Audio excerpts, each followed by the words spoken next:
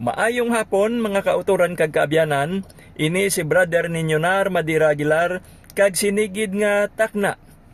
Alauna hasta alauna imedya sa kahaponanon.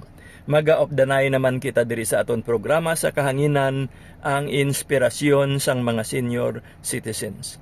Mabatian ini tagsa ka Lunes, Miyerkules kag Biyernes nga adlaw diri sa paborito ninyo nga waragwagan ang DYDA 10:53 sa lilisuan sang inyo mga radyo.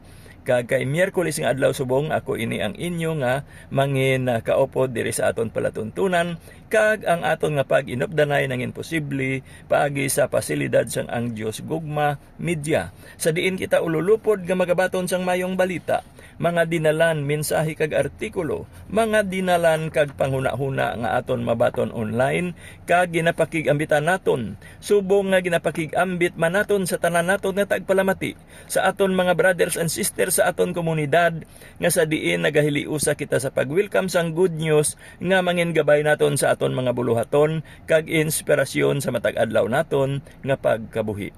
Ginatamyaw naton ang tanan-tanan sa aton komunidad. Sa diin kita ginapanguluhan sang aton arsobispo, Archbishop Jose Romeo Lasso, sa inspirasyon man ni Father Fremar Silva nga aton spiritual director, kag sa pagdumala ni Brother Edwin Daulo nga aton head servant. Siya ginaupdan sang iya bug-os nga panimalay ng Diocese Lia kag sang mga kabataan kag kaapuhan kag subong man sang mga brothers and sisters naton sa nanarisari nga mga ministriya sa aton komunidad nga ila nga ginapatigayon. Kag subong man didto sa mga duog nga may mga chapters kita kag malambutan sang aton nga presensya. Kag karon aton nga pagapangamuyon ang palangadion sang mga nagatigulang na. Sa ngalan sang Amay, sang Anak kag sang Espiritu Santo. Amen. O mahal nga Ginoo, ayhan kami nagakatigulang na, apang indi gid namon mapabilin ang amon pagkakinahanglan agud magpakighambal sa imo. Malayo nang amon nalaktan sa amon kabuhi, kag kami nagapasalamat gid sa imo pagbulig sa amon, agud kami makadangat sa sini nga linaktan. Kabay pa nga imo padayunon ang pagbantay sa amon sa tagsa ka adlaw.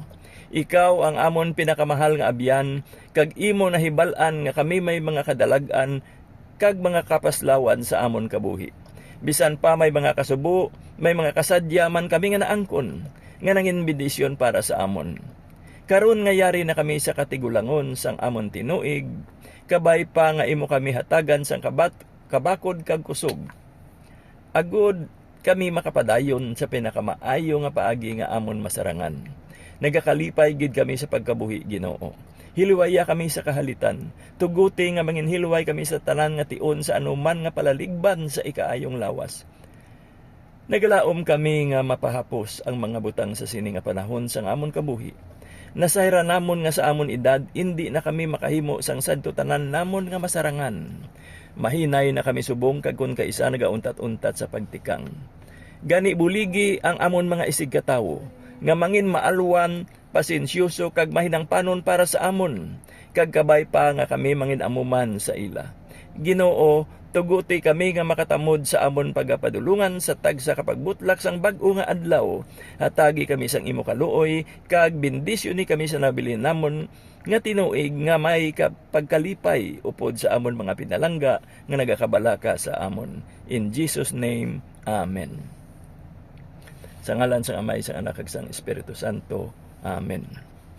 Kag karon mga kauturan kag abyanan, ato nang iga sunod ang musika nga magahatag refleksyon para sa aton balasahon nga salmo nga natiganan naton para sa sini nga adlaw nga edisyon sang aton programa.